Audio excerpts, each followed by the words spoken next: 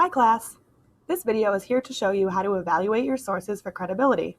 In other words, while you are doing your research, you need to decide if you can trust the information in the articles and websites that you find. So let's get started. The two main questions we have to ask ourselves when looking at sources are who wrote this and why did they write it? Within these questions, there are smaller questions we need to think about while looking at our sources. So first, let's look at the author. We need to find out who wrote this article. Then we need to ask ourselves, are these people experts? Can we research them? Has this person written more about this topic? So I decided that these authors are Dean Kilpatrick, Benjamin Saunders, and Daniel Smith. Now I did the research for you, and I decided that Dean Kilpatrick, he's a doctor. Benjamin Saunders is also a doctor. Now Daniel Smith was a little bit harder to research because of his generic name.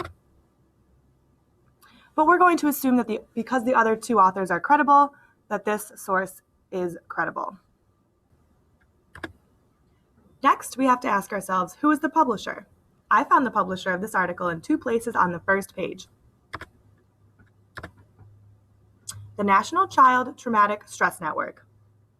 So now we need to think about this company and if they have any sponsors or outside affiliations, who else might be linked on their page, and if they take responsibility for the content that they posted. To find out this information, I went to their website and found the About Us page. I found that they were established by Congress as a public service, so I deemed this company credible. Now we need to look and find out if there is an author bias. This means, does the author's opinions get in the way of the information that they are presenting? When analyzing our sources, we can ask ourselves, is the language free of emotion? What is the purpose of the site or article? To inform or spread an agenda?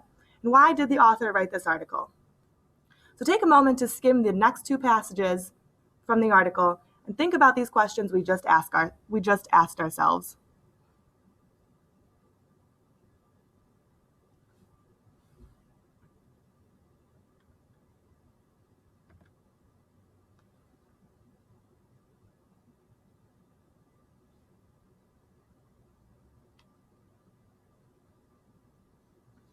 So what do you think?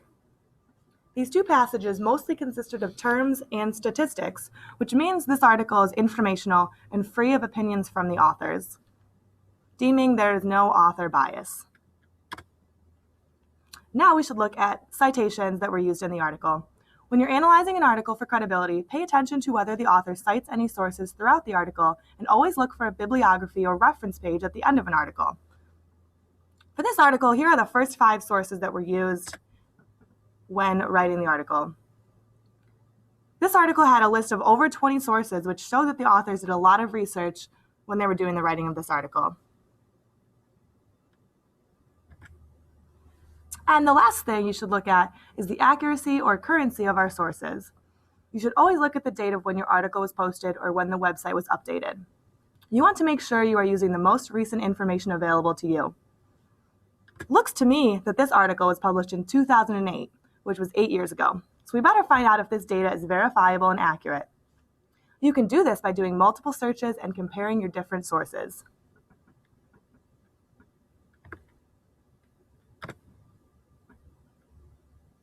So I decided to compare some of the statistics in this article to the statistics in another source that I found.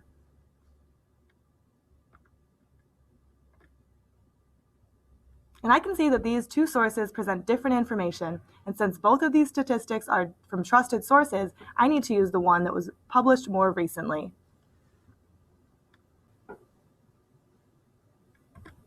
So, is this article credible? Let's see. The author, we decided 2 out of the 3 authors we found out were doctors. So yes, they can be trusted. The publisher, we did our research and decided that the publisher can also be trusted. Author bias? This was an informational article with no opinions from the authors. Credible. Citations? There were plenty of citations to support the article. Credible. Now, accuracy and currency? This is the only place we may have had an issue. This article was a little outdated, But overall, this source would be a credible source to use for general information, but for statistics and facts that change over time, you should be looking for the most recent information. Thanks for watching. Now you're ready to go find your own credible sources.